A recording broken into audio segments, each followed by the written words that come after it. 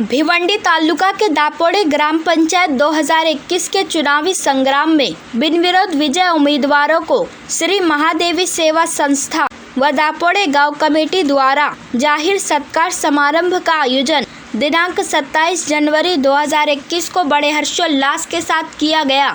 इस अवसर पर श्री महादेवी सेवा संस्था व दापोड़े गांव कमेटी द्वारा सभी बिन विरोध नवनिर्वाचित सदस्यों का शाल व पुष्पगुच्छ देकर स्वागत किया। इस अवसर पर भारी संख्या में मान्यवर व दापोड़े ग्रामस्थ मंडल उपस्थित थे। Patil, Devanand Ramdas Patil, Prabhakar Man Chaudhari, advocate Shri Girish Kator Patil, advocate Shri Sanju Gautam Patil, advocate Shri Vaibhav Suresh Patil, अध्यक्ष निलेश जमन पाटिल। आपल्या तिकडे विनंती असेल आपण व्यासपीठावर यायचे।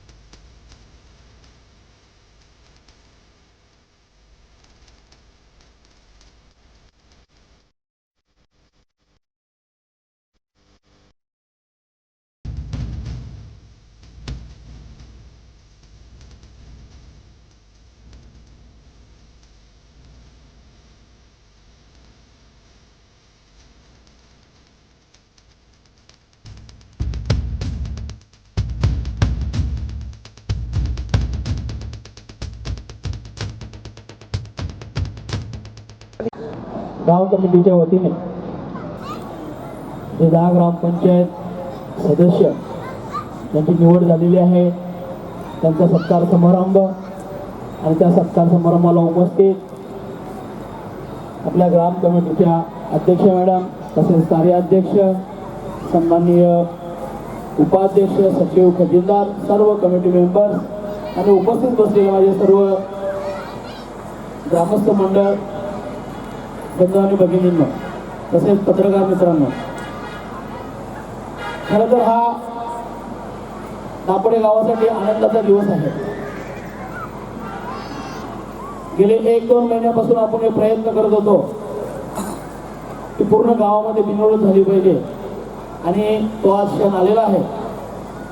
पूर्ण गाव आनंदित आहे ना.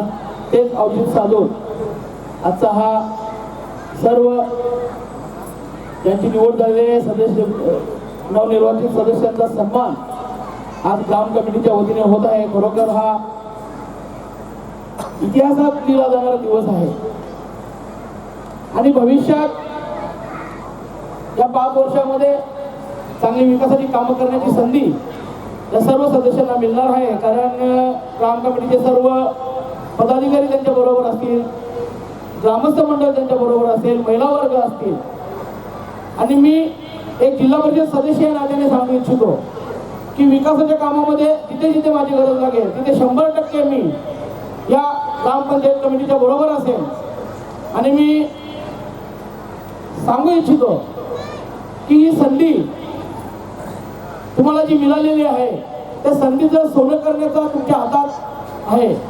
तुम्ही जर चांगलं काम केलं तर नक्कीच तुमचं नाव होईल आणि जर तुम्ही चांगलं काम केलं तर आपल्या गावाचं नाव होईल. म्हणून तुम्हाला ही संधी ज्या ग्रामस्थांनी दिलेली आहे, ज्या ग्राम कमिटीने दिलेली आहे, मतदार बंधू भगिनींनी जी दिलेली आहे ते संधीचं सोनं कसं होईल याच्याकडे लक्ष दिलं पाहिजे आणि जास्तीत जास्त गावाचा विकास कसा होईल याच्याकडे लक्ष दिलं पाहिजे. म्हणून मी तुम्हाला माझ्या वतीने, माझ्या परिवाराच्या वतीने आणि जिल्हा परिषदेच्या वतीने शुभेच्छा देतो आणि पुन्हा एकदा तुमचं अभिनंदन करतो. इथेच थांबतोय. जय हिंद, जय महाराष्ट्र. आपल्या गावामध्ये चांगली शाळा असली पाहिजे. आता आपल्या गावातले बरेचसे मुलं इंग्लिश मीडियमसाठी बाहेरगावी जातात. ती बाहेरगावी गेल्यापासून सकाळपासून संध्याकाळपर्यंत येईपर्यंत आईबापाला टेन्शन असतं. कारण येणाऱ्या जाणारा जो रस्ता आहे तो रस्ता अतिशय ट्रॅफिकचा आहे. त्याच्यामुळे चांगलीत चांगली शाळा इंग्लिश मीडियम हे आपल्या गावात कशी होईल हे सुद्धा या पुढच्या काळामध्ये आपण सगळ्यांनी प्रयत्न करायचे आहेत. तसेच या गावामध्ये आज बघतोय की तोरांचा अनेक लोकांना खूप जास्त बिल येतोय. कोणाला 2,000, 5,000, 10,000, 25,000पर्यंत बिल येतोय. पण येणाऱ्या काळामध्ये प्रत्येकाला पॉवर सोलर प्लांट देऊन तो बिल कसा कमी करता येईल किंवा तो कसा झिरोवर नेता येईल याचा प्रयत्न आपण सर्वजण करणार आहोत. आणि आदर्श ग्रामपंचायत म्हणून आपलं नाव कसं नावारूपाला येईल हे सगळा प्रयत्न आपण येणाऱ्या काळामध्ये करणार आहोत. तर कुठलं तरी मॉडेल म्हटलं की आपल्याला कुठल्या तरी आदर्श गावाची व्हिजिट करावी लागेल. म्हणून आपण 2 गावं भविष्यात निवडायचं ठरवलेलं आहे. पोपटरावांचं हिरवे बाजार आणि पेरेचे सरपंच आपण ऐकतो नेहमी त्यांचं पाटोदा या गावांना आपण सर्व सभासद जे 32 सभासद निवडून दिलेले आहेत आपण आणि पूर्ण गाव कमिटी तसेच ग्रामस्थ असे मिळून आपण मोठी ट्रिप या गावांमध्ये काढणार, या गावाला जाण्यासाठी काढणार आहोत. त्यांचा विकास कुठल्या पद्धतीने कुठल्या धर्तीवर झालेला आहे हे बघण्यासाठी आपल्याला जाणं गरजेचं आहे. कारण कुठलं तरी मॉडेल कुठल्या तरी दिशेने जायचं तर आपल्याला कुठलं काहीतरी बघणं गरजेचं आहे. त्यासाठी आपण ही ट्रिप आयोजित केलेली आहे. आज आपण बिनविरोध म्हणून जे सदस्य निवडून दिले त्यांच्या सर्वांवर आपल्या सगळ्यांच्या अपेक्षा आहेत. जी कामं झालेली नाही आहेत ती कामं आपण त्यांच्यावर सोपवणार आहोतच. पण जो आपल्याला अजून प्रोग्रेस करायचा आहे त्या प्रोग्रेसच्या आड किती जण येऊ शकतात. पण त्यासाठी गाव आहे, गाव कमिटी आहे, तो त्यांना चांगला धडा शिकवेल याची आता मला खात्री वाटायला लागली, कारण की विजय हा सत्याचाच असतो.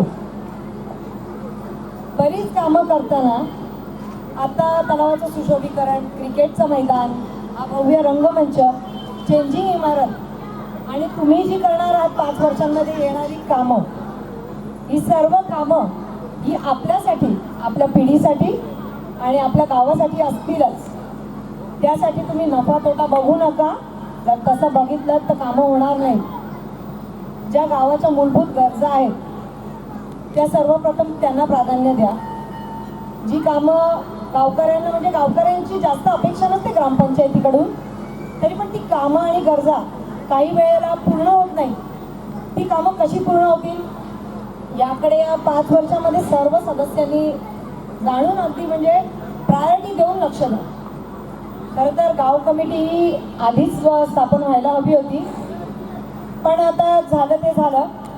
यासाठी बऱ्याच गोष्टी, म्हणजे काही ग्रामपंचायतमध्ये, मी ग्रामपंचायतमध्ये असताना म्हणजे काही न पटणाऱ्या गोष्टी आणि काही गोष्टींचा अतिरेक झालेला असताना मी बऱ्याच ग्रामस्थांना स्वतः भेटून किंवा फोन करून त्यांना सांगितले असे असे प्रॉब्लेम्स. त्यांनी स्वतः प्रतिसाद देऊन गावासाठी स्वतः काम करण्याची इच्छा दर्शवली. त्यानंतर भरत भाऊ आणि विजय भाऊंना मी स्वतः प्रत्यक्ष भेटली आणि त्यांना सांगितलं, जी ग्रामपंचायतमध्ये अफरातफर होते किंवा आपला गाव हा खरोखर म्हणजे धोक्याच्याच वळणावरती, म्हणजे ज्याला खरंच नुकसान होईल अशा वळणावर आहे, तिथे आपल्याला सगळ्यांना ग्रामस्थांना एकत्र करून आपल्याला योग्य अशा दिशेने वाटचाल करायची आहे. त्यावेळेस त्यांनी शब्द दिलेला होता की जर तुमचं प्रामाणिक मत गावाबद्दल असेल तर आम्ही 100% तुमच्या बरोबर आहोत. त्यांनी जो सपोर्ट केला त्यावेळेस आपली कमिटी स्थापन झाल्यापासून आज हा ग्रामपंचायतचा बिनविरोध कार्यक्रम आपण साजरा करतोय. तो हा आजचा दिवस, हा आज आपल्या सगळ्यांच्या समोर आहे. त्यासाठी मी संपूर्ण ग्रामपंचायत आणि गाव कमिटी यांचे सगळ्यांचे आभार मानेन.